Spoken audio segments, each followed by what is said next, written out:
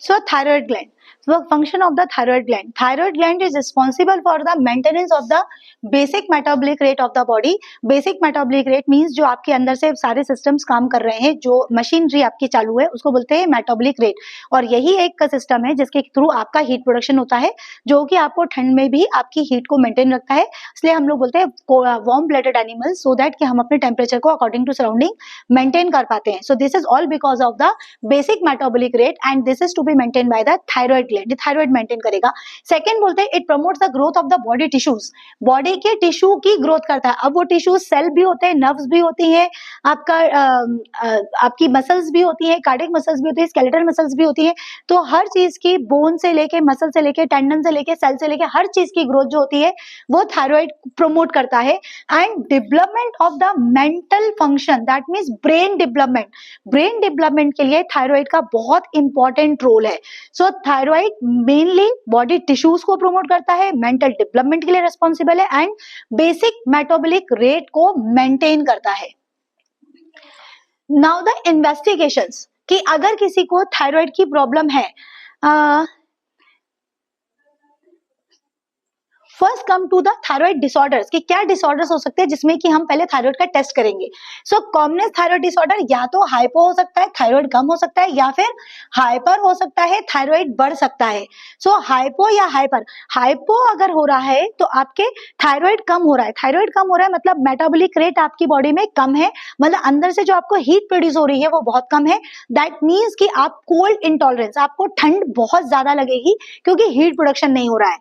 Secondly क्योंकि hypo हो गया है, हर बेसिक मेटाबॉलिक रेट कम हो गया, तो बॉडी के सारे सिस्टम्स अपने काम को स्लो डाउन कर देंगे. इंटेस्टाइन अपनी पेरिस्टालसिस को स्लो डाउन कर देगा, तो कॉन्स्टिपेशन होना बहुत कॉमन है.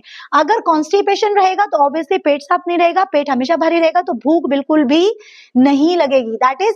और अगर आप बॉडी इतनी लिथार्जिक और फटीग हो जाएगी कि आप कुछ भी काम करने की कोशिश करोगे लेकिन बॉडी आपको सपोर्ट नहीं करेगी क्योंकि बेसिक मेटाबॉलिक रेट मेंटेन नहीं हो रहा है. सो लिथार्जिक, फटीग, और इस कारण से आपका वेट बढ़ता चला जाएगा. सो उल्टा होता है, भूख बिल्कुल नहीं लगती है लेकिन वेट बढ़ता चला जाता है. This is the most of the common symptom of hypothyroidism.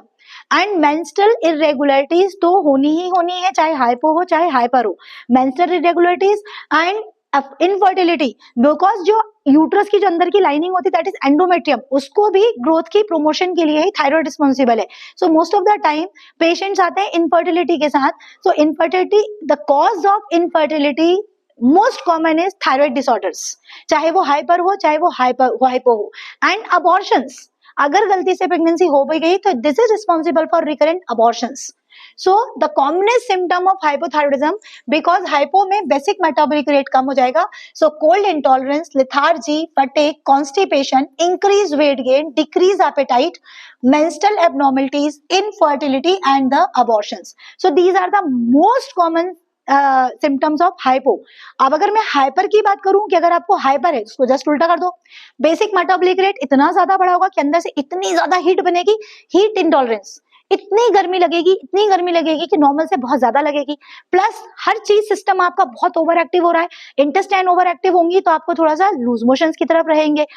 Over activity के कारण पूरे टाइम पसीने आते रहना, स्किन से पर्सपिरेशन होते रहना, एंग्जाइटी, घबराहट, ट्रीमर. जितना थायराइड बढ़ता चला जाएगा उतने ही आपके सिम्टम्स बढ़ते चले आएंगे. आपका इंटेस्टाइन एक्सेसिव काम करेगी, दैट इज लूज मोशंस की तरफ जाएंगे. सो यहाँ पर कोल्ड इंटॉलरेंस की जगह हीट इंटॉलरेंस, कॉन्स्टिपेशन की जगह थोड़ा सा लूज मोशन, यहाँ पर इंक्रीज वेट की जगह वेट लॉस, क्योंकि जितना आप खाओगे बहुत भूख लगेगी. इंक्रीज एपेटाइट, जितना खाओगे वो सब आपकी बॉडी को लग जाएगा. दैट इज सब अपोजिट कर दो. इंक्रीज एपेटाइट, वेट लॉस, आपका loose motions, heat intolerance, menstrual abnormalities तो कॉमन है. So these are the commonest side effect of hyper along with. और अगर थायराइड बढ़ता चला गया तो और ज्यादा बढ़ने से सबसे कॉमन सिम्टम सीवीएस में आएंगे. क्यों? क्योंकि हार्ट ओवर और ज्यादा ओवर एक्टिव हो गया तो सिम्टम्स आएंगे सीवीएस पर. सीवीएस में हार्ट एक्सेसिव कॉन्ट्रैक्शन करेगा तो palpitations means awareness of your own heart beat in resting condition. Normally हम दौड़कर आते हैं, भागते आते हैं तो आपको अपनी दिल की धड़कन सुनाई देती है. बट सपोज आप बैठे हो, टीवी देख रहे हो, पढ़ाई कर रहे हो, बिल्कुल रेस्टिंग पोजीशन पे हो, स्टिल आपको अपनी दिल की धड़कन सुनाई दे रही है. So awareness of your own heart beat in resting condition is known as palpitations. और इसका मतलब है आपका हार्ट एक्सेसिव काम कर रहा है. सो सीवीएस में increase heart rate, palpitations, arrhythmias, arrhythmias means abnormal contractions of the heart, tachycardia, मतलब अगर मैं किसी पेशेंट की पल्स चेक करूंगी तो नॉर्मली बोलते हैं जब फीवर आता है, कोई इन्फेक्शन होता है तो पल्स बढ़ती है, अदरवाइज नॉर्मल पल्स 70 to 80 रहती है, बट हाइपर के केस में because of the over exertion of the heart आपकी पल्स यहाँ पर ऑलरेडी बहुत ज्यादा बढ़ी हुई मिलेगी। सो टैकीकार्डिया, एक्सर्शनल डिस्निया, थोड़ा ही आप चलोगे काम करोगे तो सांस फूलने लगेगी, एंजाइनल अटैक्स, क्योंकि हार्ट को ओवर एक्टिविटी के कारण ऑक्सीजन सप्लाई बीच बीच में कम हो जाएगी तो बीच बीच में चेस्ट पेन होना ऐसे पेशेंट्स में बहुत कॉमन रहेगा। If I am talking about the nervous system तो उसमें ट्रीमर्स ऑफ द हैंड बहुत कॉमन है। अगर किसी भी पेशेंट को आप आउटस्ट्रेच हैंड करने के लिए बोलोगे ऐसे तो उनके हाथों में ऐसे इस तरह से ट्रीमर्स आएंगे। So tremors on the hands, increase tendon reflexes, reflexes सारे एक्सग्रेट हो जाएंगे, muscular weakness, these all are common in nervous system. और ज्यादा थायराइड बढ़ा तो आपकी आईज में बहुत इंपॉर्टेंट चेंजेस आते हैं। इंपॉर्टेंट आपकी आईज जो होती है ये हो जाएंगे एक्सॉप्थेल्मोसिस, आपकी पूरी ऑर्बिट जो है वो आपका बाहर की तरह निकलने लगेगा, that is outward movement of the orbit, exophthalmos. और जब एक्सॉप्थेल्मोसिस में पूरा ऑर्बिट बाहर निकलेगा तो आपकी लिड्स जो कि नॉर्मली आई को क्लोज कर रही है ये क्लोज नहीं कर पाएंगी, लिड्स खुली रह जाएंगी, उसे बोलते हैं लिड लैग। और नॉर्मल कंडीशन में हमारी लिड ने आइरिस को 1/3 कवर किया हुआ है, बट अगर एक्सॉप्थेल्मोसिस हो रहा है तो लिड्स आपकी आइज को कवर नहीं कर पाएंगी एंड स्टेयरिंग लुक, ऐसा लगेगा कि पेशेंट आपको घूर रहा है। सो स्टेयरिंग लिड लैग, एक्सॉप्थेल्मोसिस। कई बार और ज्यादा चेंजेस आए तो डिप्लोपिया, दो दिखने लगेगा, ऑप्थेल्मोप्लेजिया, दैट मींस आई की मसल्स भी पैरालाइज्ड हो जाएंगी बिकॉज ऑप्थेल्मोप्लेजिया के एंड ऑर्बिट बाहर आता चला जा रहा है। स्किन पर्सपिरेशन, पूरे टाइम पसीने आते रहेंगे, pre tibial myxoedema and the loss of years.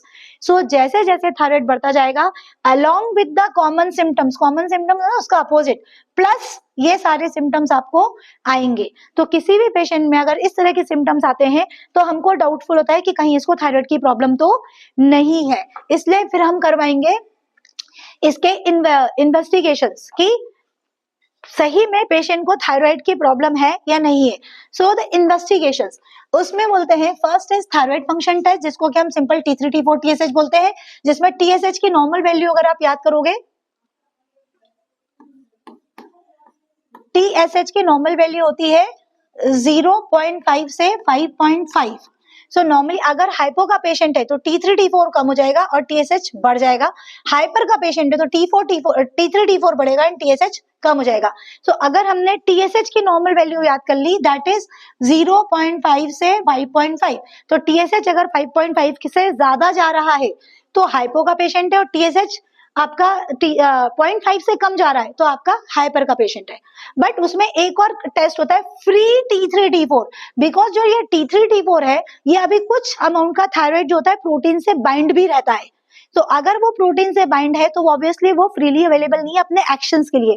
तो नेक्स्ट टेस्ट होता है जो और ज्यादा एफिशिएंट होता है that is free T3 T4, कि कितना थायराइड है जो आपके लिए काम कर रहा है।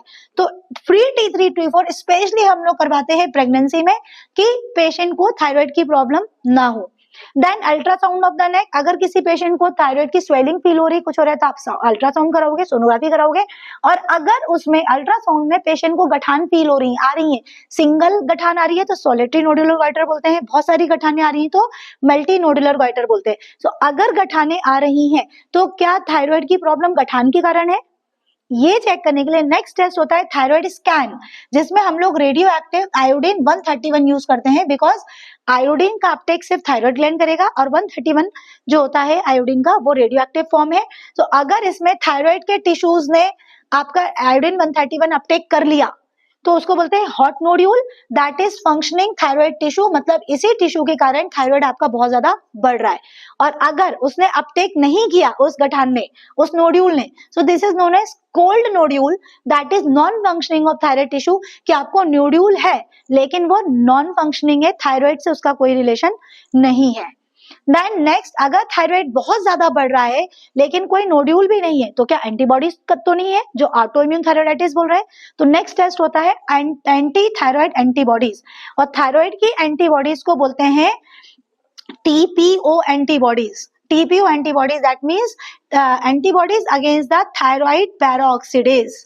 सो एंटी थायराइड एंटीबॉडीज कराते हैं, उसमें अगर ये पॉजिटिव आ गई दैट मीन्स मेरे पेशेंट को या तो ग्रेव्स डिजीज हो सकता है और या मेरे पेशेंट को हशीमोटो थायराइडाइटिस हो सकता है।